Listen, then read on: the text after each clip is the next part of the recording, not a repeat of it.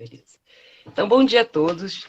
Estamos aqui no 10º encontro de saúde do IFRJ Campus Realengo, e essa manhã vai ser dedicada a atividades relacionadas à fisioterapia. Estou aqui com a professora Érica de Carvalho Rodrigues, que é mestre e doutora em Ciências Biológicas pela UFRJ, teve o doutorado sanduíche em Ciências Biológicas pelo Instituto de Ciências Cognitivas da França, pós-doutorado tanto no IDOR, que é o Instituto de DOR de Pesquisa e Ensino, e no Shirley Ryan Ability Lab, do Rehabilitation Institute de Chicago, Estados Unidos, e atualmente a Érica é pesquisadora e gerente científica do IDOR, além de fisioterapeuta da Polícia Militar do Estado do Rio de Janeiro. A Érica é uma amiga de longa data, tivemos a oportunidade de trabalhar alguns estudos juntas, né? E queria agradecer imensamente a presença dela aqui. Eu acho que ela nunca participou de nenhuma atividade aqui no nosso campus, né? E eu sei que ela é uma pessoa muito ocupada, então agradeço imensamente a sua presença. Eu acho que os alunos vão aprender muito com você e peço aos alunos que mantenham as câmeras desligadas, assim como os microfones, e também aproveito para agradecer a presença de alguns colegas lá do IFRJ, como a Luciana, o Julimar, o Gáudio, Fernanda Guimarães, e peço aos alunos também atenção, né? Desliguem suas redes sociais para que vocês aproveitem a palestra. Bom, muito obrigada. Vou compartilhar aqui a tela cheia. Não vou enxergar mais vocês, então qualquer coisa fala, por favor. Começar agradecendo toda a comissão organizadora, especialmente a Laura, por esse convite. Realmente acho que eu nunca falei no IFRJ, eu já participei bastante de avaliação para iniciação científica, projeto, mas realmente acho que eu nunca falei. Então, é uma grande honra ter essa experiência hoje. Espero contribuir para a formação de vocês e espero também que a gente possa conversar. Eu vou fazer a palestra e depois eu quero aproveitar o momento para que a gente realmente possa interagir e discutir. Então, o tema que pediram para falar hoje foi a estimulação transcraniana por corrente contínua, que aqui a gente vai chamar de TDCS, porque é a sigla em inglês, mas é a sigla mais usada, então a gente vai chamar de TDCS. Vocês também podem encontrar na literatura aqui no Brasil como ETCC, mas é menos comum, e o uso dessa neuromodulação em pacientes internados especificamente. Então, começar rapidinho, se a gente vai falar de neuromodulação, a gente está falando de indução de plasticidade. Então, só um conceito aqui rápido de plasticidade cerebral, que é a capacidade que o nosso sistema nervoso tem, e quando a gente fala cerebral, a gente está se referindo especificamente ao cérebro, mas a plasticidade está presente em todos os componentes do nosso sistema nervoso, e ela é a capacidade dele se moldar, dele se modificar. Então, todo o nosso sistema nervoso ele vai sofrer modificações ao longo de toda a nossa vida, e essas modificações elas vão desde o nível molecular, celular, até alterações sistêmicas mesmo, e elas vão acontecer de acordo com o que nós fazemos. Então, de acordo com os estímulos que a gente sofre, de acordo com os nossos próprios pensamentos, a gente vai conseguindo mudar a estrutura do nosso sistema nervoso. E essa mudança, ela vai acontecer em termos funcionais e a gente consegue mudar realmente como esse sistema nervoso ele é formado, em termos estrutural também. Desculpa, não tinha aparecido isso agora. E essas alterações funcionais, estruturais que acontecem ao longo de toda a nossa vida, dependendo da nossa experiência, dependendo do tipo de interação que a gente tem com o mundo, ela vai ser ainda mais relevante se a gente tem qualquer alteração que cause uma lesão. Então, se a gente tem uma lesão no sistema nervoso, esse processo plástico ele vai se tornar muito mais importante e muito maior. E essas alterações plásticas após a lesão, elas são frequentemente associadas à recuperação da funcionalidade. Então, sobretudo na nossa área, né, da fisioterapia, a gente sempre pensa que a gente vai tentar induzir a plasticidade pensando em recuperação de funcionalidade. Então, se a pessoa teve um AVC e ela não consegue uma movimentação do membro superior, a gente vai pensar que a gente vai induzir alterações no cérebro dessa pessoa, no sistema nervoso dessa pessoa, de forma que ela consiga recuperar a função ou movimentação do membro superior. Mas a gente pode ter processos plásticos que acontecem que são mal adaptativos. São processos plásticos que, na verdade, vão atrapalhar a funcionalidade ou gerar consequências danosas. Então, acho que o mais conhecido é o exemplo da dor fantasma. Então, quando você tem uma amputação, e aí você tem mudanças cerebrais que estão associadas a uma dor naquele membro que não existe mais, que foi amputado. E aí, para tentar potencializar essa capacidade do sistema nervoso de se transformar e de se transformar tanto para aumentar a funcionalidade, como reduzindo esses processos plásticos que podem acontecer e ser mal adaptativos, a gente pode usar a neuromodulação. E a neuromodulação ela pode ser usada tanto para aumentar como para diminuir a excitabilidade de regiões específicas do nosso sistema nervoso. E dentro do que a gente chama de neuromodulação, na verdade, tem uma gama gigantesca, né, de possibilidades de intervenções. Então, a gente tem, por exemplo, medicamentos de efeitos sistêmicos que podem mudar a excitabilidade do nosso sistema nervoso. A gente pode ter medicamentos que sejam mais específicos. Então, aqui no meio, vocês podem ver uma bomba de infusão tentando induzir uma injeção medicamentosa mais específica na região da medula. E a gente pode ter estimulações por estímulos físicos. Então, estímulos magnéticos, estímulos elétricos, ultrassom, que podem ser usados para induzir a neuromodulação em uma área específica do sistema nervoso. E nesse caso dos estímulos físicos, a gente pode fazer muitos tipos de neuromodulação de forma não invasiva, tá? E aí hoje a gente vai falar mais especificamente da TDCS, mas tem vários tipos. E essa neuromodulação, ela também pode ser aplicada em diferentes partes do nosso sistema nervoso. Então, aqui a gente tem, por exemplo, à direita, um exemplo de um nervo periférico. Então, a gente pode fazer uma modulação através de uma estimulação que vai influenciar a estrutura de nervos periféricos. E a gente pode induzir uma neuromodulação diretamente no sistema nervoso central, e aí o nosso foco, como a estimulação transcraniana por corrente contínua, seriam alterações que estejam relacionadas a estruturas dentro do crânio, então estruturas encefálicas. Mas eu queria chamar muita atenção, porque quando a gente fala da neuromodulação, usando estímulos físicos, né, a gente acaba simplificando e tentando dizer, olha, o meu alvo maior é a área X ou é a área Y, é aumentar a excitabilidade dessa área, diminuir a excitabilidade de outra determinada área.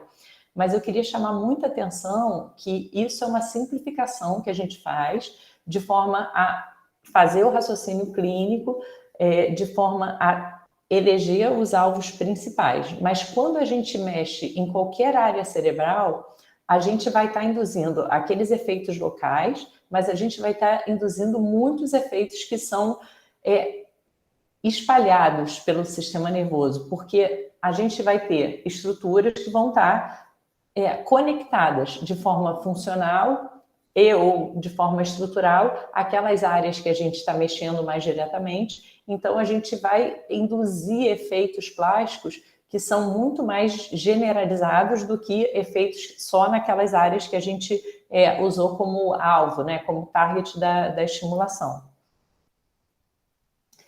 E aí, quando a gente faz isso usando a estimulação por corrente contínua, o que a gente está fazendo é o que está aqui mostrado nessa figura. Então, esse é o Theo, um colaborador nosso. ali a gente tem um aparelho, que vocês conseguem ver meu mouse, eu acho. Então, a gente tem aqui um estimulador transcraniano.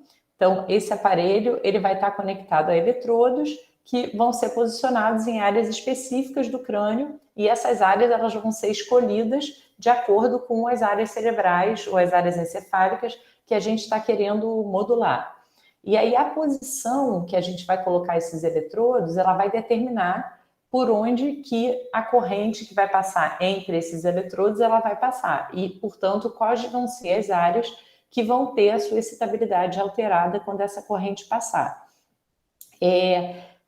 Essa determinação do posicionamento dos eletrodos, ela pode ser tanto uma coisa mais genérica, mais simples, que a gente usa muito na clínica, que é usar marcos anatômicos para conseguir estimar qual seria a melhor posição daquele eletrodo, como ela pode usar questões mais sofisticadas. Ela pode usar marcadores anatômicos de neuroimagem, ela pode usar marcadores funcionais relacionados, por exemplo, à atividade elétrica, ou ela pode usar, por exemplo, a gente pode buscar a área do cérebro de maior conexão do córtex motor com a medula, por exemplo, que vai gerar potenciais evocados motores e botar estimulação sobre essa área. Então, como colocar esses eletrodos, a gente tem uma infinidade de possibilidades, algumas que são mais gerais, que vão ser em média, né, sobre a área que a gente vai ter interesse,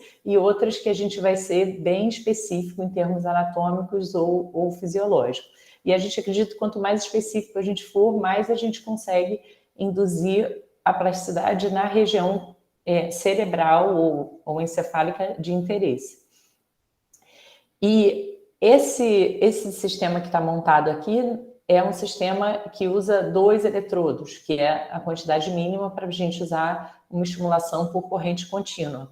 Mas a gente tem também sistemas que tentam ser mais específicos na região cerebral que vai ser estimulada, que usam uma quantidade maior de eletrodos menores em maior quantidade, para tentar concentrar a corrente em pontos específicos.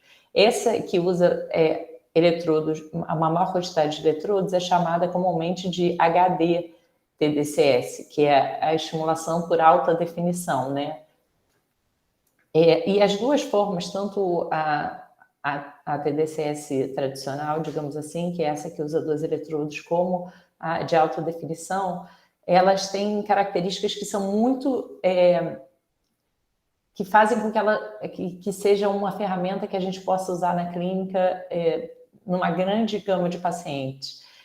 A principal delas é que ela não é dolorosa. Então, quando a gente fala em estimular por corrente, os pacientes a priori vão tomar um susto, né? Vão falar, como assim? Mas é eletrochoque, né? A gente tem uma coisa do eletrochoque muito forte na população brasileira. Eu acho que isso é ainda mais forte. Então, as pessoas têm aquela coisa do medo a priori, mas a gente vai usar correntes de baixíssima intensidade, pouquíssimos miliamperes. E essa corrente, ela não vai doer quando a gente colocá-la sobre o escalpo do paciente. É uma técnica que tem um custo relativamente baixo, então a gente tem bons aparelhos que entregam realmente a corrente e que funcionam com um custo baixo, e ela é uma técnica extremamente segura. A gente vai falar um pouco mais à frente, mas é uma técnica que não vai induzir o disparo dos neurônios, ela vai induzir só alterações de excitabilidade. Então, isso faz com que a segurança seja muito grande. Então, se a gente usar... Desculpa.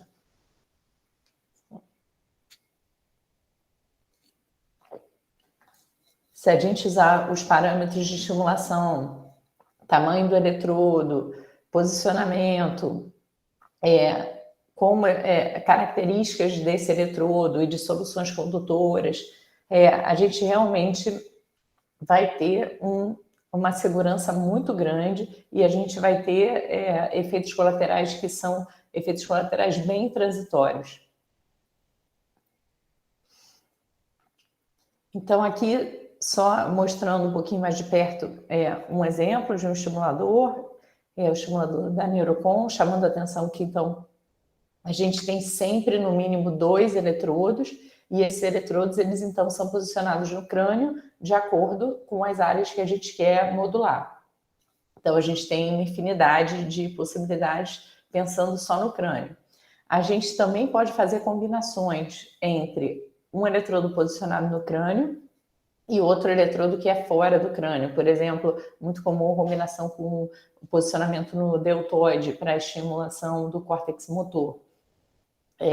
Mas em todas essas técnicas, a gente vai induzir uma corrente e essa corrente ela não vai ser capaz de gerar potenciais de ação em si.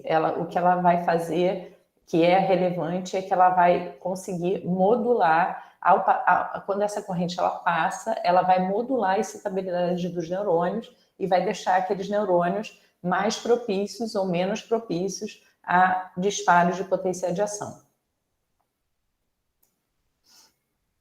E aí, para falar sobre o uso dessa técnica em pacientes internados, eu trouxe alguns resultados do ensaio que a gente fez com a doença que está mais em voga no momento, né? Acho que todo mundo está tendo que lidar com pacientes com Covid-19 ao longo dos últimos anos, e na pesquisa não vai ser diferente, né? Então, o grande desafio que a gente teve nos últimos anos foi entender a Covid, suas consequências e principalmente para a gente dentro da fisioterapia, como reabilitar esses pacientes que sofreram com a Covid-19. É uma doença que ela é largamente conhecida pelas consequências, principalmente sobre o sistema pulmonar, cardiopulmonar, mas, na verdade, hoje em dia a gente já tem convicção que a Covid ela é capaz de afetar o sistema nervoso através de diferentes mecanismos, desde os mecanismos inflamatórios sistêmicos, que ela é capaz de induzir, até alterações cerebrovasculares em si, que vão alterar o sistema nervoso. E aí a gente tem alguns estudos de caso que já fizeram uso da neuromodulação em pacientes com Covid-19, e a gente tem um ensaio clínico interessante que eu trouxe para vocês, primeiro para mostrar que tentou usar a estimulação transcraniana com corrente contínua para modular o sistema nervoso, e aí aqui eles fizeram uma técnica de estimulação de alta densidade, então vocês podem ver aqui 5 eletrodos posicionados, e o alvo principal dessa montagem que eles usaram nesse estudo foi a estimulação do córtex motor primário relacionado ao controle do diafragma. Então, o diafragma é um músculo super importante, né, da respiração. Então, eles tentaram modular a função desse diafragma, aumentando a excitabilidade da região do córtex motor primário, mais diretamente relacionada ao controle desse músculo. Então, é um estudo que foi desenvolvido com pacientes de UTI, né, em ventilação mecânica. Foram 56 pacientes, foram divididos em 2 grupos. Um grupo fez uma estimulação ativa, né, essa estimulação para aumentar a excitabilidade da região do diafragma no córtex motor primário, e um grupo fez uma estimulação fictícia. Então, tinham os mesmos eletrodos, mas eles não ficavam recebendo a corrente durante o tempo de estimulação. A estimulação que eles fizeram foi 30 minutos, 3 miliamperes. Eles associaram essa estimulação à fisioterapia respiratória 2 vezes por dia, durante 10 dias, em 2 semanas. E aí, o desfecho primário desse estudo foi o número de dias, dentro de 28 dias, que a pessoa conseguiu ficar livre da ventilação mecânica. E o que eles encontraram foi uma diferença estatisticamente significativa entre os grupos. Então, o grupo que fez a estimulação real, ele ficou mais dias fora da ventilação mecânica, ele foi, então, desmamado mais precocemente em relação ao grupo que fez a estimulação sham. Mas nem todos os pacientes com Covid eles vão chegar a ter uma alteração tão importante assim da função respiratória, eles não vão, nem todos vão chegar à UTI, mas a gente tem uma grande gama de pacientes que vão ter disfunções de sistema nervoso autônomo relacionadas à COVID-19.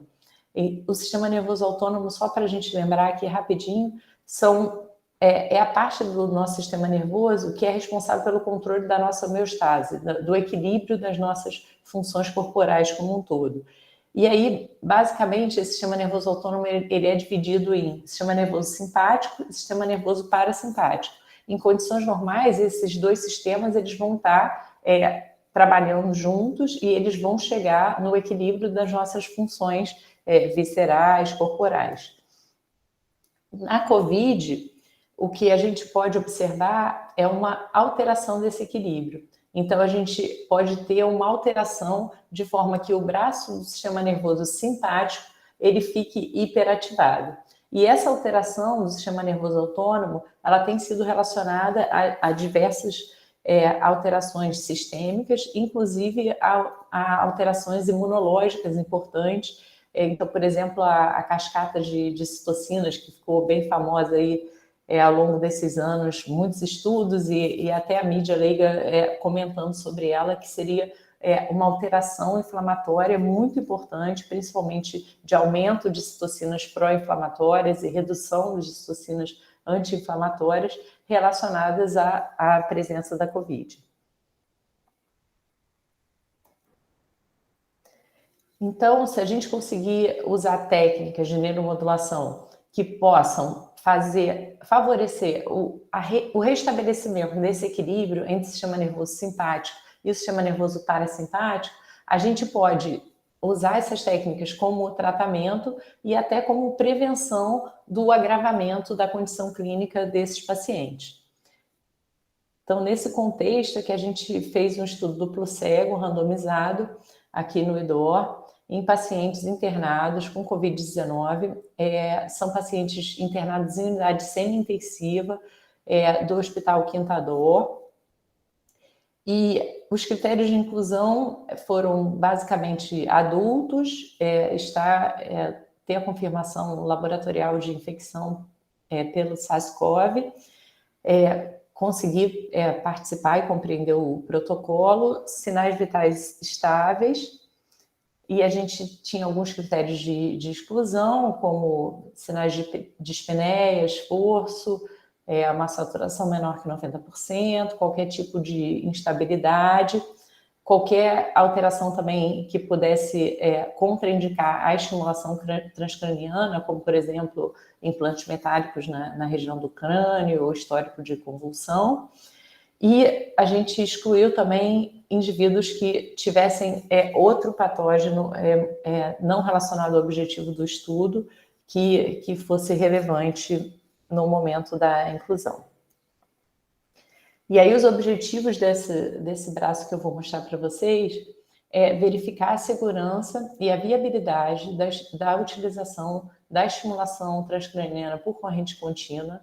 Nesse caso, a gente usou um protocolo bihemisférico, então a gente queria modular os dois hemisférios e favorecer, então, o reequilíbrio entre esses dois hemisférios, especificamente na região do córtex pré-frontal dorsolateral. Então, vou mostrar o posicionamento mais para frente, mas é uma região cerebral que a gente tem várias evidências na literatura de que ela está envolvida, então, nesse controle do sistema nervoso autônomo, então, por isso a gente escolheu essa região. E a gente queria, então, investigar os efeitos dessa estimulação biohemisférica e a gente queria também ver, então, como isso poderia se relacionar com aspectos clínicos desse paciente, né? Então, aqui o protocolo, então, duplo cego randomizado, então nem os pacientes, nem os avaliadores, ninguém sabia se o paciente estava recebendo uma estimulação que era real ou fictícia. A gente teve a inclusão de 40 pacientes. Antes da gente fazer a intervenção, a gente, então, aferição da frequência respiratória, oximetria, frequência cardíaca e todo o protocolo de avaliação da variabilidade da frequência cardíaca, que foi o parâmetro que a gente usou para a investigação do sistema nervoso autônomo nesses pacientes.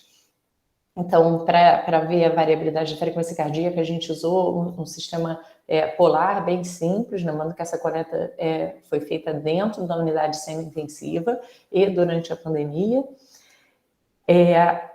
Então, depois dessa avaliação pré-intervenção, os indivíduos, então, recebiam os eletrodos, eles eram posicionados e os eletrodos, eles tinham ou uma corrente ativa o tempo todo, que é o que a gente vai chamar de estimulação real, ou eles tinham um protocolo onde a corrente ela era induzida por um período curto e depois ela desligava sem que o paciente pudesse perceber.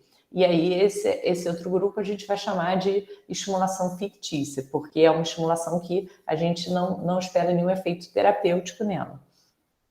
E depois dessa estimulação, os pacientes eles faziam novamente as mesmas avaliações que eles fizeram antes da intervenção.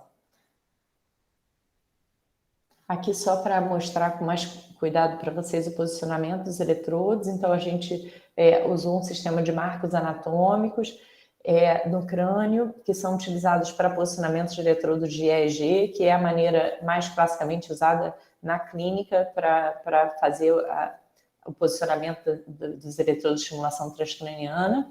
A gente usou como alvo o posicionamento de F4 e F3 nesse sistema 10-20 do EEG, que são alvos que estão classicamente relacionados a essa estimulação do córtex pré-frontal dorsolateral, que era a nossa área alvo de interesse. Então, a gente tinha o objetivo de aumentar a excitabilidade do córtex pré-frontal dorsolateral à esquerda e diminuir a excitabilidade do córtex pré-frontal dorsolateral à direita e favorecer, assim, um equilíbrio melhor dessa atividade do frontal e, consequentemente, induzir um reequilíbrio do sistema nervoso autônomo. A gente usou 2 miliamperes por 30 minutos, com eletrodos de 35 centímetros de tamanho, de área, embebidos em solução salina, né? E para fazer a avaliação, então, do sistema nervoso autônomo, como eu falei para vocês, a gente foi investigar a variabilidade da frequência cardíaca, protocolo bem simples, a gente tinha um sistema desse polar, que é usado em corrida, e esse cardiofrequencímetro, ele ajudava a gente a identificar, então, os picos, né, as ondas R, e esses intervalos RR, eles, ao longo do tempo, formam esse tacograma, então aqui o exemplo de um dos voluntários, e a gente depois analisa esse sinal, então, dos intervalos RR ao longo do tempo, no domínio da frequência, fazendo uma análise espectral de potência. A gente usou esse software Cubius, de forma que a gente extraía os componentes de alta frequência, que estão na literatura já muito classicamente relacionados à modulação do sistema nervoso parasimpático, e os componentes de baixa frequência, que estão relacionados ao sistema nervoso simpático e parasimpático. Então, aqui só para mostrar um pouquinho a caracterização da nossa amostra. Então, a gente não teve diferença entre os grupos, o grupo que fez a estimulação verdadeira e o grupo que fez a estimulação fictícia, e nenhuma característica relacionada a sexo, idade, severidade da doença, tempo de sintomas, tempo de hospitalização, classificação do acometimento pulmonar na COVID, classificação por TC, né? Nenhuma diferença também nas comorbidades e perfil clínico, e nem nos sinais clínicos desses pacientes. E aí, os resultados desse nosso protocolo de estimulação, então, o primeiro resultado é que a TDCS é segura para aplicação nesses pacientes que estão internados na unidade semi-intensiva. A gente tem muito pouco estudo com pacientes internados, mas a COVID, ela realmente gerou uma necessidade da gente conseguir aumentar a nossa atuação dentro dos hospitais, né?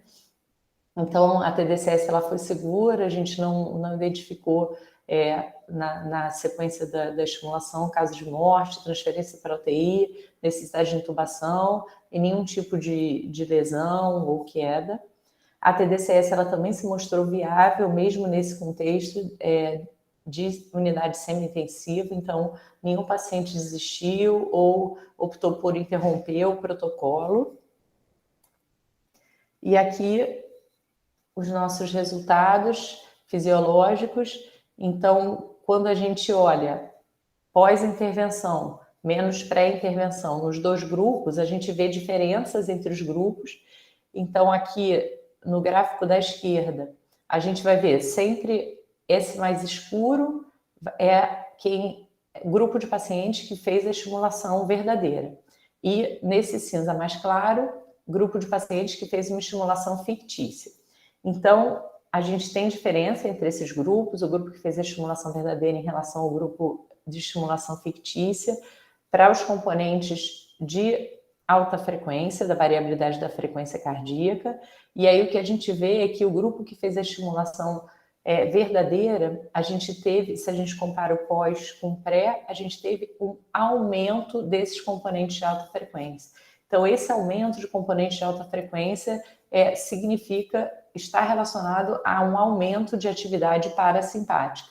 Então, a gente teve, nesse grupo que fez a estimulação verdadeira, uma modulação do sistema nervoso autônomo que está relacionada a aumento de atividade parasimpática, o que é uma coisa muito interessante nesses pacientes COVID, porque favorece o restabelecimento do balanço do sistema nervoso autônomo. Quando a gente olha agora os componentes de baixa frequência, a gente vê o oposto. Então, a gente vê que o grupo que fez a estimulação ativa, ele tem uma redução dos componentes de baixa frequência. Esses componentes de baixa frequência, então, que tem componentes parasimpático e simpático, induzindo, assim, que a gente teve uma redução do sistema nervoso simpático, já que a gente teve um aumento do sistema nervoso parasimpático, então a gente pode induzir que a gente teve uma redução do sistema nervoso simpático nesse grupo ativo, no pós versus pré-intervenção, enquanto o grupo sham foi o contrário. A gente teve uma tendência a um aumento dessa ativação do sistema nervoso simpático nesse grupo. E um dado muito interessante, a gente não teve alteração de frequência cardíaca nem frequência respiratória, mas a gente pode observar que a gente teve um aumento da oxigenação arterial no grupo que fez a estimulação ativa em relação ao grupo que fez a estimulação fictícia. Aqui só mostrando alguns efeitos adversos que a gente encontra durante a intervenção, então são efeitos que são leves, a gente não teve nenhum evento grave reportado, e a gente não teve diferença também nos tipos de efeito adverso entre os 2 grupos. A gente usou o inventário de Brunoni, que é um inventário muito usado para ver os efeitos adversos na estimulação transcraniana.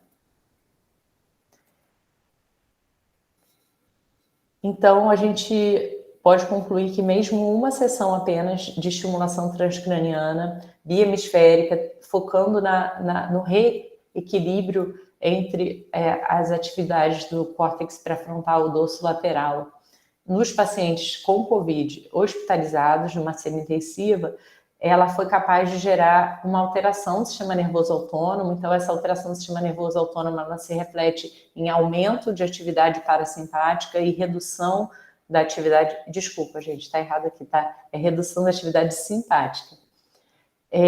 Então, favorecendo esse reequilíbrio do sistema nervoso autônomo que é tão alterado pela COVID. E essa alteração ela esteve associada ao aumento de saturação periférica de oxigênio, que é um efeito muito interessante, sobretudo nesses pacientes que estão internados e a maioria deles internados com alterações respiratórias. Então, isso leva a gente a acreditar que realmente a estimulação transcraniana por corrente contínua pode ser uma arma muito interessante que pode ser empregada em pacientes com COVID, tanto para controlar esse desequilíbrio autonômico, como para melhorar a função respiratória e regular as respostas inflamatórias.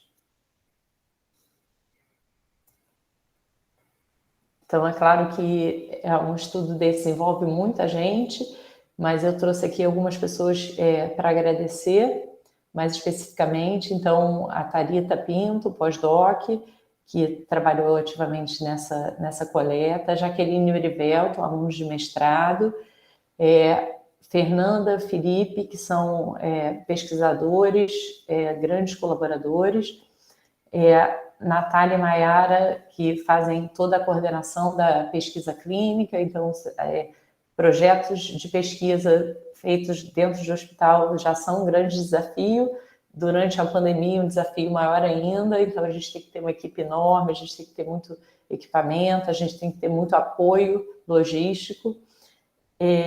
Então, agradecer especificamente toda a equipe de pesquisa e toda a equipe também clínica do Hospital Quinta Dor e, é claro, os voluntários que nos ajudaram a conseguir testar essa hipótese e chegar a essas conclusões.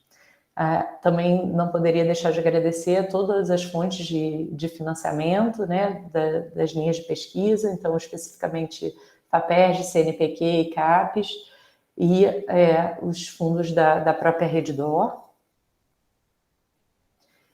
E antes de terminar, eu queria só lembrar que a gente fala de estimulação transcraniana e que eu estou o tempo todo repetindo aqui que é uma técnica segura, mas ela é uma técnica segura que ela é segura dentro de limites que são estabelecidos e de boas práticas para a utilização dessa técnica.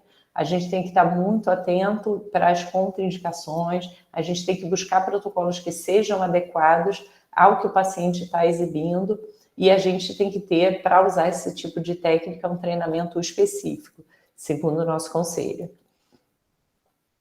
E queria deixar meu e-mail aqui de contato para dúvidas, se alguém quiser falar alguma coisa depois comigo, e também se alguém tiver interesse de trabalhar nessa área de neuromodulação, pode me procurar. Muito obrigada. Obrigada, Érica, como sempre, muito didática. Eu espero que os alunos tenham aproveitado. E agora a gente vai abrir para perguntas. Então, pessoal, se vocês quiserem, podem perguntar pelo chat ou abrir a câmera e falar, o que vocês preferirem. O pessoal gostou pelo jeito, Érica? Estão aqui nas mensagens falando que foi incrível, parabéns.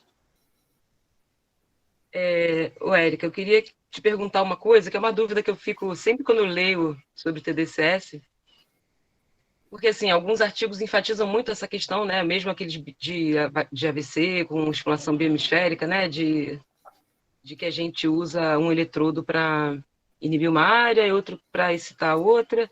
Você até falou sobre isso, né, que é muito mais do que isso. Mas eu fico pensando assim, será que a gente não deveria pensar mais, ou se você já leu também alguma coisa sobre isso, sobre um caráter de fluxo de corrente, assim, né? Um eletrodo atrai, um eletrodo negativo atrai a corrente em relação ao positivo, né? E assim a gente teria uma modulação ali não dos potenciais de ação, mas da excitabilidade, né? Dos neurônios subjacentes ali da região. Eu queria que você falasse um pouquinho sobre isso. De fato, quando a gente fala de estimulação transcraniana, a gente já vai ter esse efeito de conectividade, né, funcional, estrutural, e quando a gente fala de estimulação usando corrente, aí mesmo que a gente vai ter a corrente, a gente está falando do eletrodo, né, que é onde a gente vai ter a maior concentração, mas a corrente ela está passando por uma variedade de tecidos ali dentro do cérebro. A gente também faz uma outra simplificação muito grande, né, que a gente fala sobre a modulação nos neurônios. Mas, na verdade, essa corrente está passando no tecido e, provavelmente, ela, até a modulação que ela consegue fazer nos neurônios não é por uma ação só direta da corrente sobre os canais neuronais, né? É uma ação que também vai passar pelas células da glia, por alterações vasculares. Então, essas consequências são pouco estudadas ainda, assim como as consequências dessa corrente passando por áreas de não interesse, digamos assim, primário, áreas que você não pensou em estimular primariamente. Mas a gente já tem uma certa evolução nesse sentido de modelos matemáticos sendo desenvolvidos para tentar estimar a corrente, o efeito da corrente nas diferentes áreas, para a gente ter pelo menos uma magnitude de quanta corrente a gente tem passando em determinada área do encéfalo daquela pessoa, inclusive. Então, a gente já tem modelos hoje que usam a imagem, né, a imagem anatômica, e aí extrai as características específicas daquela pessoa, né, porque a gente fala escalpo, mas as pessoas têm escalpos diferentes, as pessoas têm crânios com espessuras diferentes, né, e aí a gente tem formatos de cérebro diferentes, então dependendo de como são essas estruturas, você tem modelos matemáticos hoje em dia para tentar prever como é que a corrente vai se comportar, por onde que ela vai passar e qual vai ser a intensidade que vai estar atingindo cada área cerebral.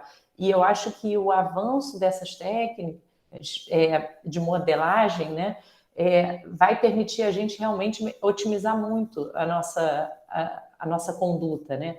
E talvez até que quando a gente mostra resultados assim, a gente mostra resultados de grupo, né? Então, a gente mostra uma média, a gente mostra um resultado de grupo, mas a gente sabe, quem trabalha na clínica com estimulação transcraniana sabe que, infelizmente, não é um milagre que vai funcionar para todo mundo, né? A gente tem pessoas que respondem melhor, pessoas que não respondem tanto ao uso da estimulação, e um dos fatores pode ser esse, né? Porque a quantidade de corrente que a gente está passando nas diferentes estruturas para as diferentes pessoas, ela está mudando na prática. Então, à medida que a gente consiga entender melhor e modelar melhor esses fenômenos físicos, né, que estão acontecendo e químicos, a gente possivelmente vai até conseguir ter técnicas de estimulação que tenham efeitos clínicos ainda mais relevantes. Muito interessante. Eu estou vendo aqui que o pessoal está no chat perguntando um monte de coisa. Deixa eu abrir aqui para ver. Então, a Camille perguntou se essa estimulação pode ser usada em pacientes que estejam em estado vegetativo. Talvez ela pudesse elaborar um pouquinho o que ela está pensando com isso, né? Com que objetivo, Camille? Objetivo de reverter o quadro? Não sei se a Erika quer falar um pouquinho. Pode sim, a gente já tem estudos em pacientes com estado vegetativo, tanto da estimulação, essa que a gente focou hoje, né, que é a estimulação por corrente contínua, como a gente tem estudos também usando outras formas de estimulação, por exemplo, a estimulação magnética, né, que a gente vai fazer um campo, tem uma bobina, uma corrente forte, muito rápida, passa por essa bobina, quando essa corrente ela passa na bobina, ela gera um campo magnético em volta, e esse campo magnético, se a gente posiciona essa bobina perto do sistema nervoso, né, no escalpo, esse campo magnético ele vai induzir uma corrente que vai ser formada dentro do cérebro. Então, tem vários estudos com essas técnicas de estimulação não invasivas, e tem também algumas coisas com estimulação invasiva, né, em pacientes que têm alterações de consciência, né? Enfim. E o objetivo é esse mesmo, né? De reverter o quadro. Sim. A Natália Aguilar está perguntando em que condições de saúde podemos utilizar, né? Imagino que é a TDCS. Olha, uma técnica relativamente nova. A gente não tem certeza ainda de quais são os limites e como a gente pode usar uma infinidade de parâmetros, uma infinidade de montagens. A gente pode ter objetivos que são realmente muito variados. Então, em teoria, a gente pode usar essa técnica para qualquer doença que vai gerar uma alteração no sistema nervoso que a gente queira mexer com essa alteração. A gente tem algumas coisas que estão mais testadas. Então, por exemplo, são técnicas que estão mais testadas em alterações relacionadas a alteração de movimento após acidente vascular cerebral, por exemplo, alteração, depressão, mas a gente tem, inclusive, utilização na infância. Então, é realmente muito vasto e são protocolos que estão sendo testados e desenvolvidos e otimizados na literatura atual, né, na atualidade. Já vi falar sobre dor crônica, condições Isso. psiquiátricas, né, TDAH, até dislexia, Autismo. ataxia. Sim. A professora Laura tem um ensaio clínico com Parkinson, inclusive, que alguém perguntou aqui, Parkinson, olhei bem na hora. É a Natália. A Fernanda tinha levantado a mão, não sei se ela... Fernanda está com a mão levantada. Quer abrir, Tudo bem, Fernanda? Fernanda? Oi, gente, tudo bom? Saudade! Bom dia também, Érica. Queria só parabenizar mesmo, excelente palestra, como sempre, né? Estou aqui acompanhando a discussão, uma ótima discussão também. Dizer que esse trabalho, essa pesquisa que você faz, essa pesquisa com Covid, eu achei bem incrível, assim, porque é uma proposta bem interessante, né? Bem diferente, que eu acho que é o futuro, né? Que pode ajudar bastante gente. E era só isso mesmo, só mandar um beijinho, matar a saudade, parabenizar aí você.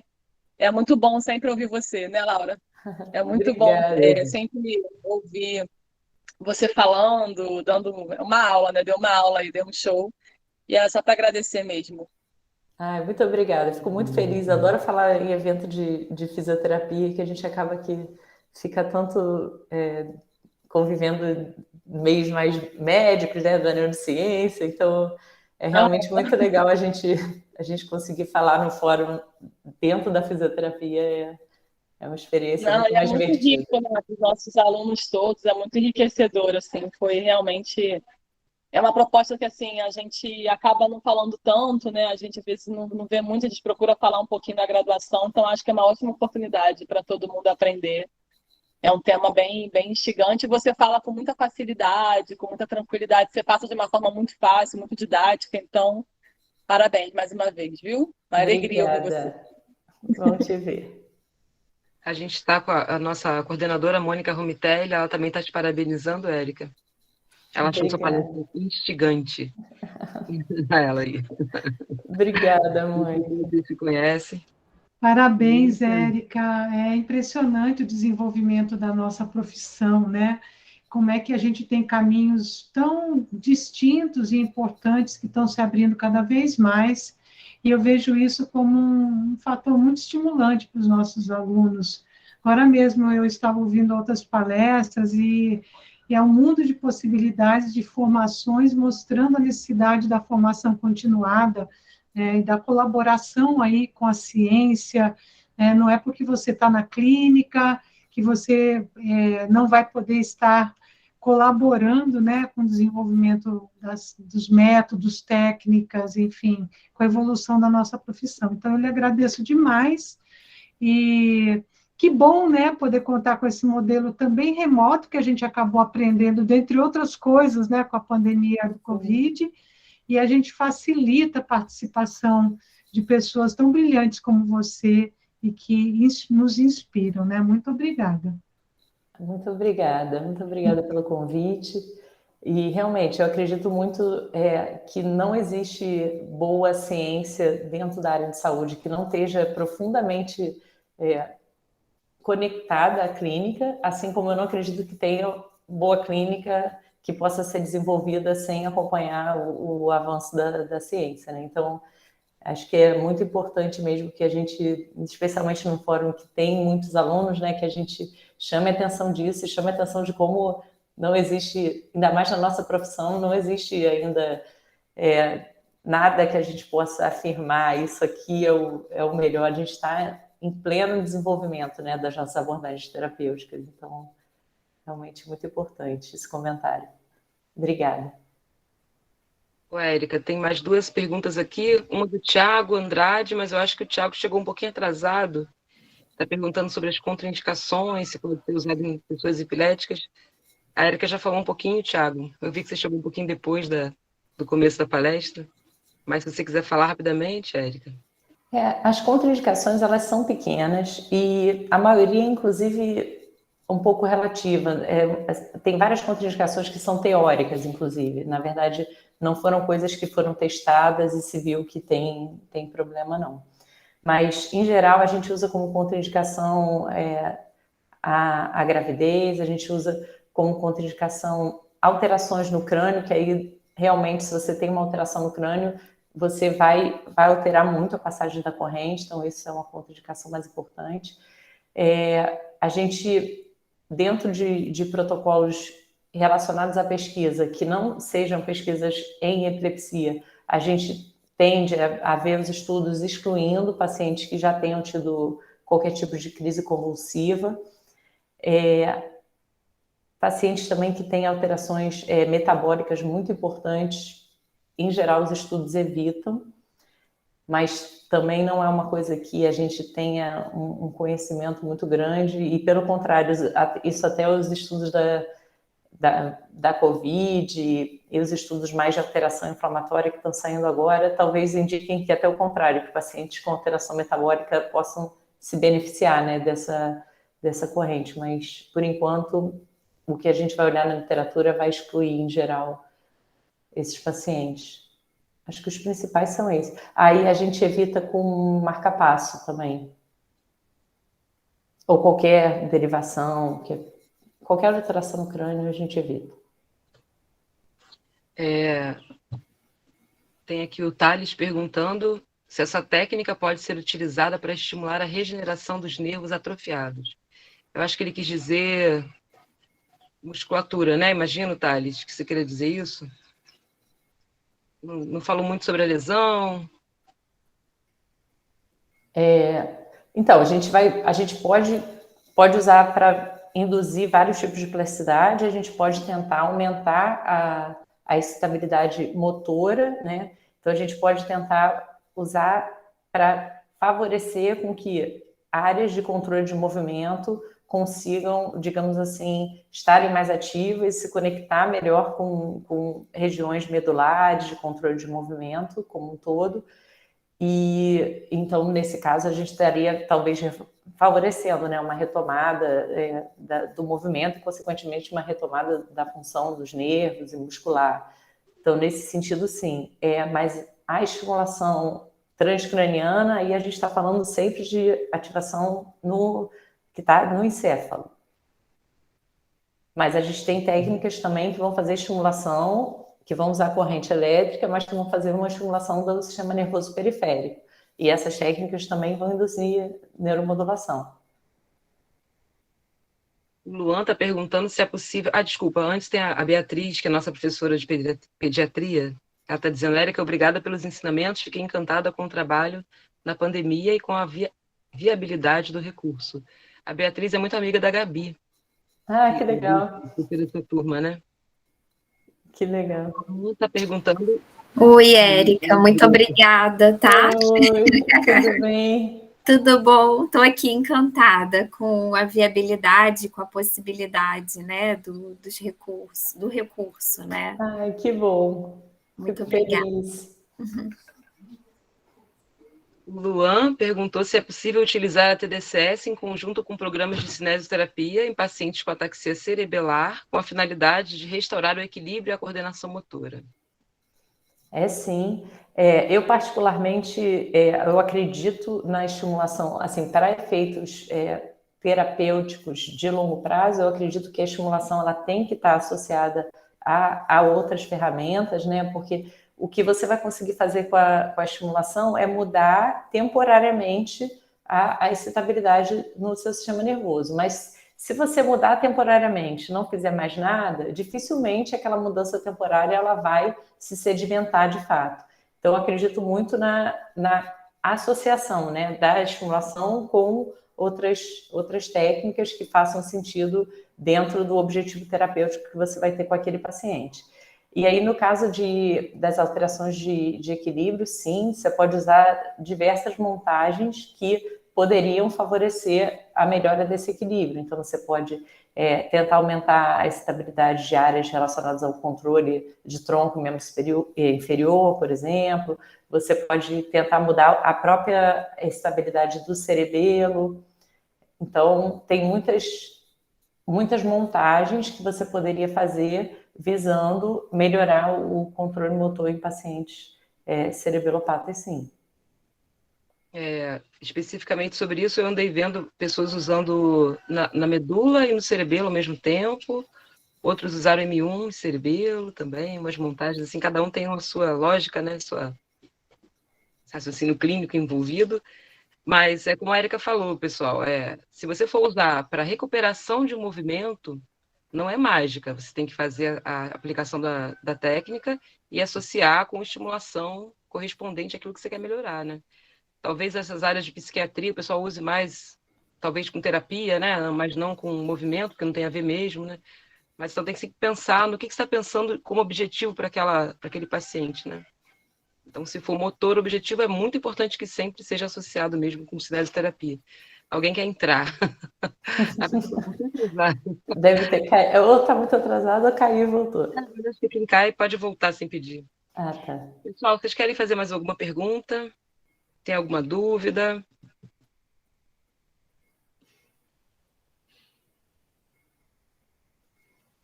A Érica falou no finalzinho também sobre uma questão ética, né? Que o CREFITO estabeleceu um acórdão, que vocês podem colocar lá no site do CREFITO e procurar, que são os requisitos que a pessoa tem que ter para poder usar essa técnica, porque é uma coisa de alta responsabilidade, né? Você vai estimular o cérebro da pessoa, então é importante que vocês fiquem por dentro aí das normas que o CREFITO estabeleceu já tem alguns anos, né? Tem uns 20 anos, né, Érica? Talvez 10, 15 anos, sei lá.